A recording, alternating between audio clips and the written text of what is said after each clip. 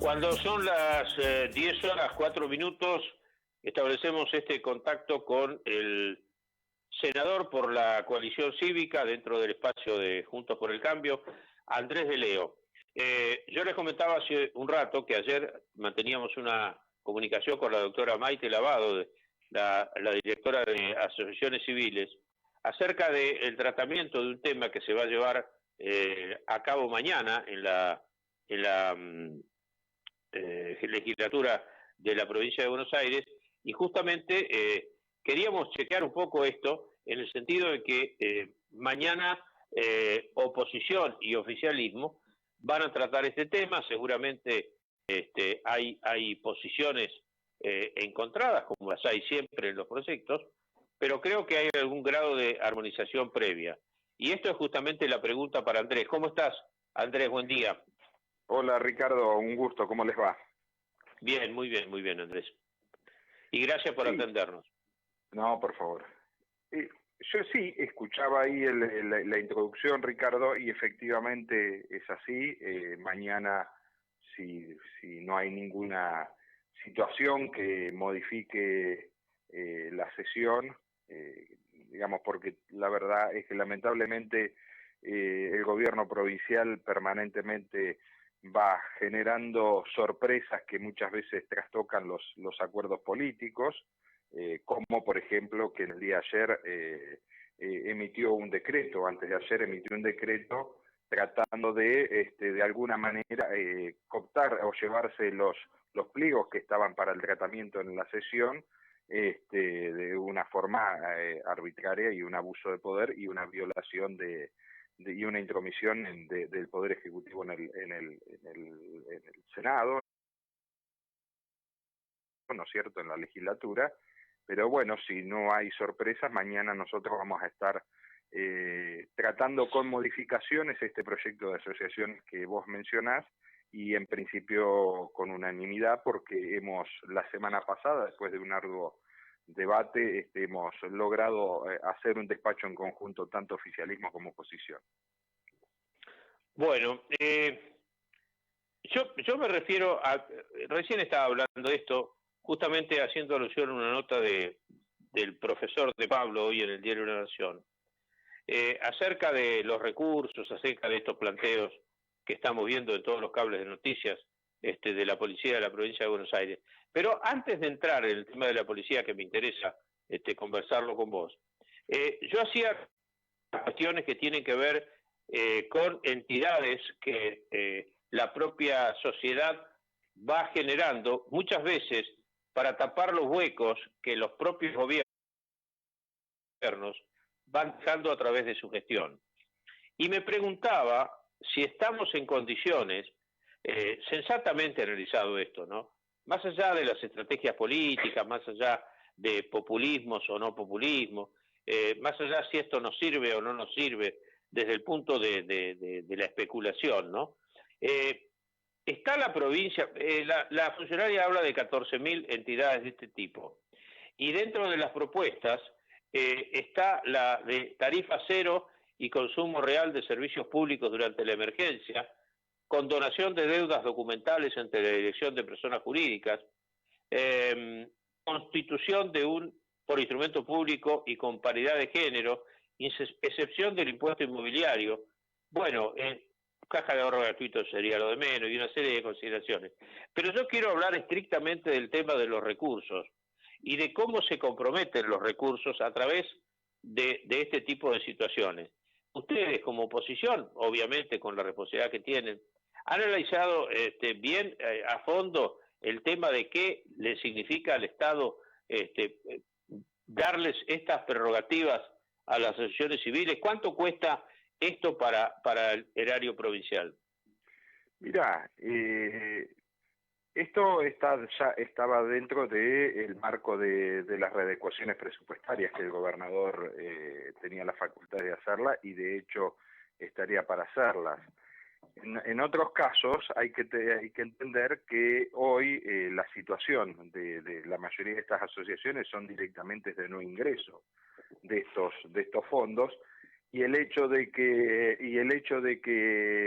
digamos, y la posibilidad de que estas entidades terminen desapareciendo, esto va a redundar que el Estado provincial directamente no va a contar ni con los recursos de los que se supone que va a abonar o a cubrir algunos gastos, y además con con todo el saldo social que esto implica, porque muchas de esas asociaciones cumplen una función que indudablemente son muy importantes para la sociedad. Yo creo que ahí no está el problema más importante, me parece a mí, Ricardo, y más en estos momentos donde uno, digamos, digamos, la frazada siempre se hace corta, ¿no es cierto? Indudablemente.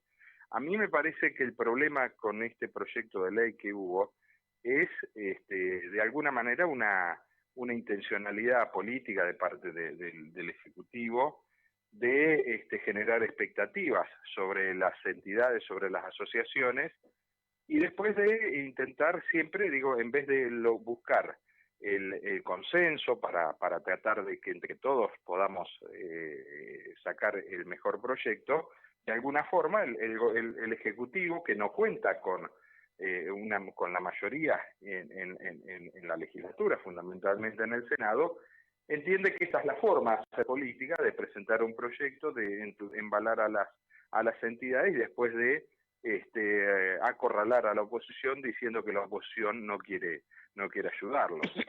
Sí, yo creo que en la nota que ayer te hicieron, vos fíjate que se habló de que el proyecto de diputados, del diputado Tinianelli, se empezó a hablar en enero dentro del Ejecutivo con el diputado y se terminó sancionando allá por fines de junio, si mal no recuerdo. Es decir, más de 6 meses estuvieron ellos dialogando para ver cómo podían arribar a una sesión. Y después, digamos, ese proyecto llegó al Senado, cuando en el Senado ya había proyectos anteriores en el mismo sentido. Había un proyecto vinculado a las asociaciones deportivas de un senador nuestro, el senador Fernández, otro proyecto vinculado también a la regularización de la senadora Reich, un proyecto mío vinculado a los centros de jubilados. Es decir, que había proyectos de similares características, con distintos alcances, y obviamente para hablar justamente con el Ejecutivo, porque también nosotros queremos ser responsables respecto a los recursos, y el oficialismo quería que nosotros lo tratemos en una forma expresa. Y cuando le sugerimos modificaciones o algunas reformas respecto a algunos temas puntuales y preocupaciones que nosotros teníamos para mejorar el proyecto, se negaron sistemáticamente y utilizaron, digamos, a las asociaciones a las cuales le generaron una expectativa desmedida en los beneficios que le va a traer esta ley, sobre todo a aquellas entidades a las cuales no les va a llegar el beneficio, que cuando encuentren la ley se van a frustrar porque les habrán dicho que con esto iban a tener beneficios y tal vez la mayoría no los tenga. Pero digo, esta no es la forma de buscar consenso. La forma de buscar consenso es justamente trabajar en la mejor ley, prever los recursos, buscar consensos en un momento y una situación extremadamente compleja. Yo creo que estos beneficios probablemente puedan ser muy importantes para determinadas entidades, pero no van a ser tan importantes como de pronto las expectativas que han transmitido y que han generado. Bueno, cerramos entonces este capítulo, Andrés.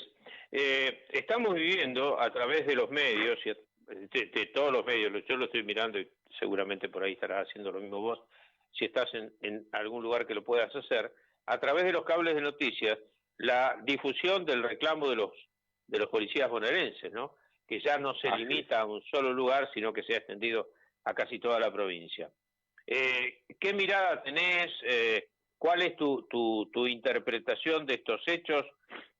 Supongo que esto se veía venir cuando hablamos de los sueldos, cuando hablamos de que hoy me enteré a través de un vocero que en los 6 meses de la cuarentena le han dado 2 pares de guantes y dos barbijos, una verdadera locura, ¿no? ¿Cuál es tu mirada sobre este particular? Era, obviamente, con una enorme preocupación, porque uno sabe que estos reclamos muchas veces se sabe cómo empiezan, pero muchas veces no se sabe cómo terminan. Y a veces uno puede decir, bueno, esto era previsible, no era previsible. Lo que uno tiene que tener en cuenta es lo siguiente. En situaciones tan difíciles como la que estamos atravesando, y yo no quiero ahora acá marcar muchas, digamos, más diferencias de las que siento y tengo con el gobierno y con el manejo de la pandemia y con el saldo económico que esto va a dejar y el saldo sanitario, porque ya no solo tenemos que hablar de que vamos a tener un saldo económico y social, sino que vamos a tener un saldo sanitario muy negativo, lo cual habla de un mal manejo en la estrategia de la pandemia. Creo que ya lo hemos hablado anteriormente esto. Digo, en este caso uno tiene que tener en cuenta que frente a este tipo de situaciones que pueden iniciarse, uno sabe que lo primero que ocurre es que hay situaciones que se despejan automáticamente en otros lugares del país y tal vez en otras áreas, con lo cual esto hay que resolverlo cuanto antes. En segundo lugar, indudablemente ha habido un fracaso de la política de seguridad de la provincia de Buenos Aires, lo cual esto no estoy responsabilizándolos por la falta de adecuaciones salariales que vienen de mucho tiempo y en los cuales nosotros somos contestes, no solo en la policía, sino que en nuestro gobierno el mayor problema que tenemos es que la mayoría de la sociedad, con objeto de la crisis económica y de los reajustes que intentamos hacer para ordenar la economía, significó una pérdida del poder adquisitivo del salario de la mayoría de los argentinos, indudablemente no responsabilizándolo de esto, pero sí responsabilizándolos de que durante casi 9 meses, ya que lleva el gobierno, si mal no recuerdo, estamos atravesando el 9º mes del gobierno de Axel Kicillof, el ministro de Seguridad, la verdad que lo único que se ha dedicado a hacer es a tener apariciones mediáticas pomposas, hacer spots publicitarios, a hablar de un discurso que suena bien en el oído de muchos argentinos, pero que verdaderamente no tuvieron correlación con los hechos, ni siquiera con la fuerza que él dice defender, porque cuando uno lo escuchaba, uno parecía que estaba sintonizando un discurso que a las fuerzas de seguridad y al policía de calle le venía bien. Evidentemente, el ministro estaba en su autopista subido a la campaña electoral, lejos de contactos con la fuerza. Y que se haya dado esto, a 2 días de un anuncio de inversiones del gobierno nacional en materia de seguridad para la provincia de Buenos Aires, también habla a las claras que evidentemente no hubo contacto, no hubo diálogo y el ministro carecía de un diagnóstico respecto de la situación de la fuerza. Esto me parece muy, muy grave. Esto hay que resolverlo inmediatamente. ¿Por qué? Porque en una fuerza de seguridad que es absolutamente vertical, lo que no puede permitirse es que se rompa la cadena de mando. Cuando se rompe la cadena de mando estamos ante un problema muy complejo de resolver porque pierden legitimidad todas las autoridades y esto genera una situación difícil para resolver en el momento, pero también hay que pensar que imaginemos que esto pueda resolverse en el transcurso del día o en el transcurso de estos días, después hay que pensar en el día después, y si esa cadena de mando ha quedado deteriorada, vamos a quedar con una fuerza de seguridad con un sentido bastante más anárquico del que debe tener una fuerza que claramente tiene que manejarse en un sentido vertical. Sí, coincido con lo que decís, Andrés. El ministro de Seguridad, Berni, ha estado mal ligado con nuestra profesión, la de ser analista o transmisor de noticias, que actuar efectivamente más allá de esas apariciones en motocicletas y con armas sofisticadas y demás, y declarando permanentemente que no advertir, porque precisamente el Ministerio de Seguridad tiene que tener un sistema de inteligencia lo suficientemente eficaz como para advertir qué estaba subyaciendo en la fuerza policial de la provincia, ¿no? Pero por supuesto, pero a ver, es que vos, hay un dato que para mí siempre fue muy preocupante, lo hemos advertido permanentemente. Si vos en un gobierno de un mismo color político tenés a una ministra de Seguridad Nacional confrontando con el ministro de la provincia de Buenos Aires, de su mismo color político, su mismo origen, y lo tenés confrontando a través de los medios en discusiones que ni siquiera hacían a los problemas de fondo de la seguridad, sino más a problemas de posicionamientos y yo siempre digo, de cosmética en el discurso, de cosmética discursiva. Es decir, esto te está hablando a las claras que vos no tenés una política de seguridad consensuada entre los dos niveles del Estado más importantes. Y agreguémosle que encima el ministro también por cuestiones políticas claramente enfrentado a muchos intendentes de su mismo color político. Es decir, acá no cabe la menor duda que muchos intendentes del conurbano, de alguna manera, con fuerte incidencia sobre sectores de la policía de la provincia de Buenos Aires, han tenido un rol muy importante en esta crisis que estamos viviendo en este momento. Y esto me parece también me parece muy preocupante porque, reitero, los salarios se podrán, va a ser difícil poder solucionar de la noche a la mañana los reclamos que está llevando adelante la Fuerza de Seguridad, pero imaginemos que se puedan solucionar. Pero los problemas políticos de los que yo les estoy mencionando, estos subyacen, estos van a perdurar, porque indudablemente estamos frente a una crisis interna en materia de seguridad, crisis interna política, que me parece que ha sido la mayor responsable de esta situación. Reitero, no estoy hablando de los problemas estructurales que tiene la seguridad, la seguridad como tantos otros que existen en la Argentina. Si no estoy hablando de la falta de recursos humanos, no estoy hablando de la caída de los salarios, no estoy hablando de la falta de infraestructura o de insumos. Estoy hablando de una crisis política que hay dentro del gobierno del Frente de Todos en los tres niveles del Estado, tanto nacional, provincial y municipal, que esto evidentemente ha hecho que este conflicto tenga una fuerza mucho mayor que de la que todos hubieran podido imaginar. Como trasfondo de todo esto, si uno hace una lectura un poco más profunda, y teniendo en cuenta, como vos decías, que se trata de la misma agrupación política que legítimamente ganó las elecciones, de eso no cabe ninguna duda, pareciera que hay toda una orquestación en función de licuar el poder de Alberto Fernández, porque si vos tenés un presidente que está recibiendo permanentemente aguijonazos de ministro de Seguridad de la provincia de Buenos Aires, del ministro de Seguridad de la provincia de Buenos Aires, que dice responder absolutamente a Cristina Fernández, y a su vez está generando un conflicto que pone de manifiesto y cuestiona la autoridad presidencial, porque la ministra Frederick también es cercana a Cristina Fernández. Entonces todo pareciera indicar que acá hay una gran estrategia para licuar el poder del presidente de la Nación.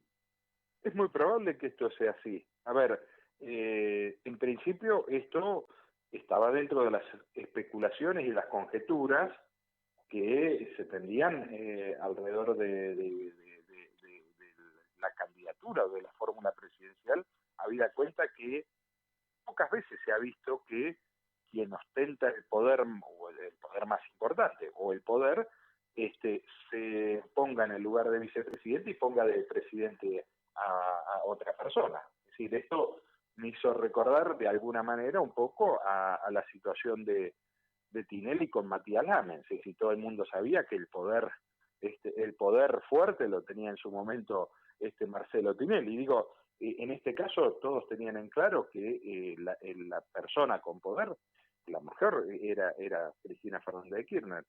Y todos siempre sospechaban de que ahí había algunos condicionamientos, porque no hay que olvidarse que Alberto Fernández se fue del entorno de Cristina Fernández de Kirchner con serias acusaciones sobre el entorno y sobre Cristina misma respecto de temas de corrupción, respecto de la idea de avanzar y avasallar al Poder Judicial. Es decir, el mismo Alberto Fernández iba a las marchas contra la democratización de la justicia.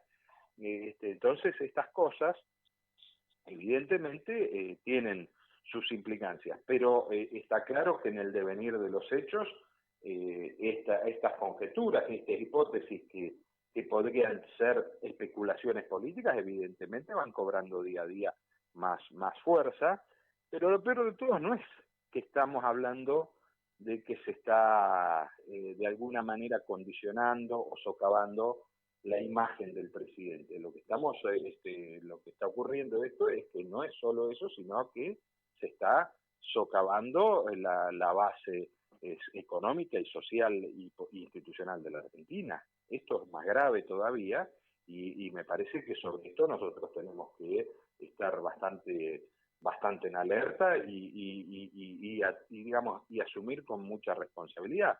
Hoy no es cierto que es la oposición quien de alguna manera esté responsable de lo que está ocurriendo. Aquí está claro que hay más factores internos dentro de la alianza de poder que se constituyó en la Argentina que andar pensando en fuera de ese entramado de poder. Recién dubité un poquito en una pregunta que te estaba haciendo, porque, bueno, esta cuestión de estar mirando noticias en la medida que uno también está haciendo una nota. Un titular actualizado de Infobae dice: el gobierno bonaerense se rehúsa a recibir a los policías y las negociaciones están estancadas. Te lo agrego como dato de último momento. Sí, a ver, evidentemente es una situación difícil porque cuando uno ve, cuando uno ve que esto no se encarrila en una negociación, reitero, el riesgo más grave es que se van rompiendo la cadena de mando. Y lo que no se puede permitir es, permitir, pero no estamos hablando como una cuestión de índole ni moral, sino que tiene que ver con una cuestión operativa. No puede permitirse que se rompa la cadena de mandos porque de esta forma estamos socavando la base del funcionamiento de la policía bonaerense. Ayer ya hemos visto que de alguna manera ya los reclamos de un sector muy importante de la policía no solo estaba orientado a las demandas legítimas de mejor salario, de mejores condiciones para trabajar, sino que ya directamente estaban hablando y en contra de autoridades dentro de la misma fuerza. Con lo cual, reitero, esto puede generar una crisis desde el punto de vista del funcionamiento institucional de la fuerza de seguridad que va más allá y va a ser mucho más serio que el mismo reclamo por los cuales los policías han empezado a reclamar, que tiene que ver con el salario y mejores condiciones de trabajo. Así es. Te agradezco estos minutos y no me quiero despedir, Andrés, sin hacerte una pregunta sobre alguien que ha estado en silencio después de su renuncia. Me estoy refiriendo a la señora Lilita Carrió, y que tuvo una aparición mediática ya hace unos días, que está apareciendo, y antes el día lunes precisamente, tuvo una exposición, yo diría que bastante recargadita en el programa Desde el Llano. ¿Cómo apreciás esto? Lilita vuelve, Lilita, que se había llamado a silencio, vuelve a aparecer en el escenario político. De alguna manera, por pertenecer vos a ese sector, Andrés, ¿están previendo una vuelta a una representatividad política ya institucional de Lilita en el futuro? No lo sé, Ricardo. Mira, yo siempre digo que personas con el compromiso y la estatura política de Lilita cuando uno dice un retiro, bueno, siempre uno tiene que ver cuáles son esas condiciones también. Condiciones, digo, que se den dentro del marco del país. Lamentablemente, nosotros no estamos atravesando una situación ni siquiera coyuntural, porque podríamos estar atravesando una situación coyuntural con la pandemia, sino que me parece que el país, digamos, y el gobierno ha venido avanzando, digamos, en algún esquema. Hasta ahora, en muchos casos son intentos y en frustrados, y en otros son intentos que va a querer seguir intentando y persistiendo, que ameritan figuras como la de Lilita, que generan un contrapeso político, institucional muy importante.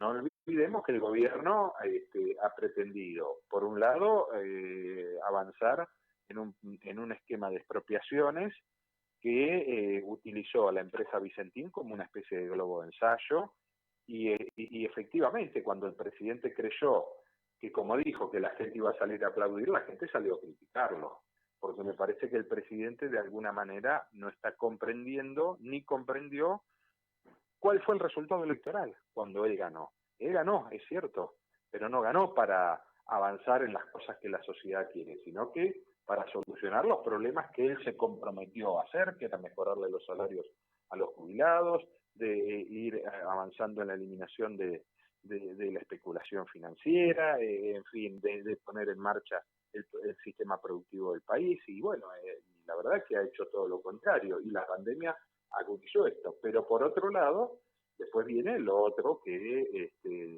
para nosotros es todavía mucho más grave y más serio, que es el avance de la reforma sobre la justicia. Y esto me parece que es lo que genera una incertidumbre desde el punto de vista institucional que hacen que el límite sea muy importante. Después, si esto es necesario ser fortalecido con alguna representación institucional o con alguna candidatura, el tiempo lo va a dilucidar. Lo que no me cabe la menor duda es que si el país se hubiera encaminado hacia una mayor racionalización, es decir, si se hubieran cumplido con esto que dijo Alberto Fernández, que iban a volver mejores, yo no tengo ninguna duda que Lilita hoy estaría en algún otro tipo de función más vinculada a cuestiones internacionales que a las nacionales. Lamentablemente no volvieron mejores y bueno, la necesitamos como a tantos otros, pero a ella nosotros fundamentalmente.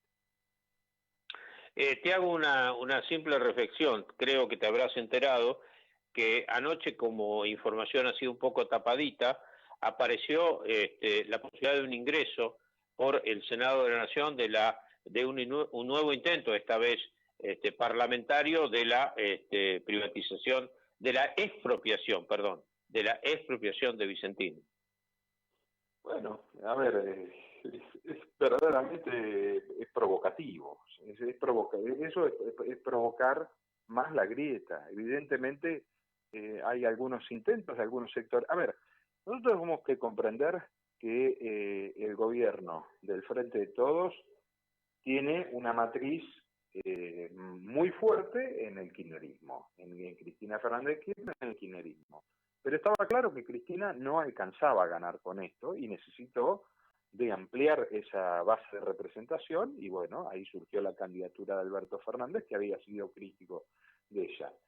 Pero lo cierto es que esa matriz todavía, ese gen que representa que representa al sector mayoritario del Frente de Todos, pero que es una representación minoritaria en la Argentina. Esto es lo que hay que comprender.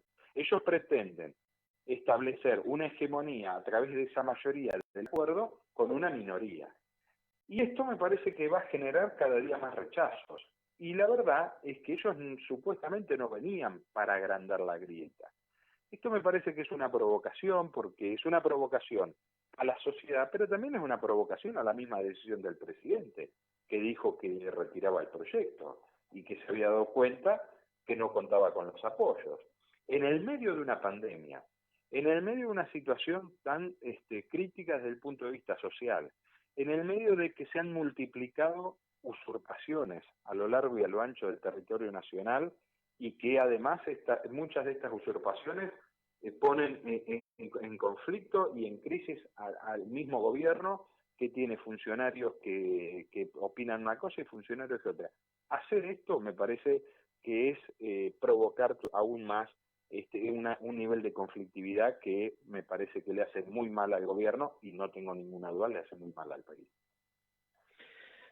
Andrés, muchas gracias como siempre por acceder a nuestra requisitoria y bueno, vamos a estar expectantes, ¿no? Con este conflicto donde está en juego bastante más que una cuestión, como vos referenciabas, de un simple aumento de sueldo o mejorar las condiciones.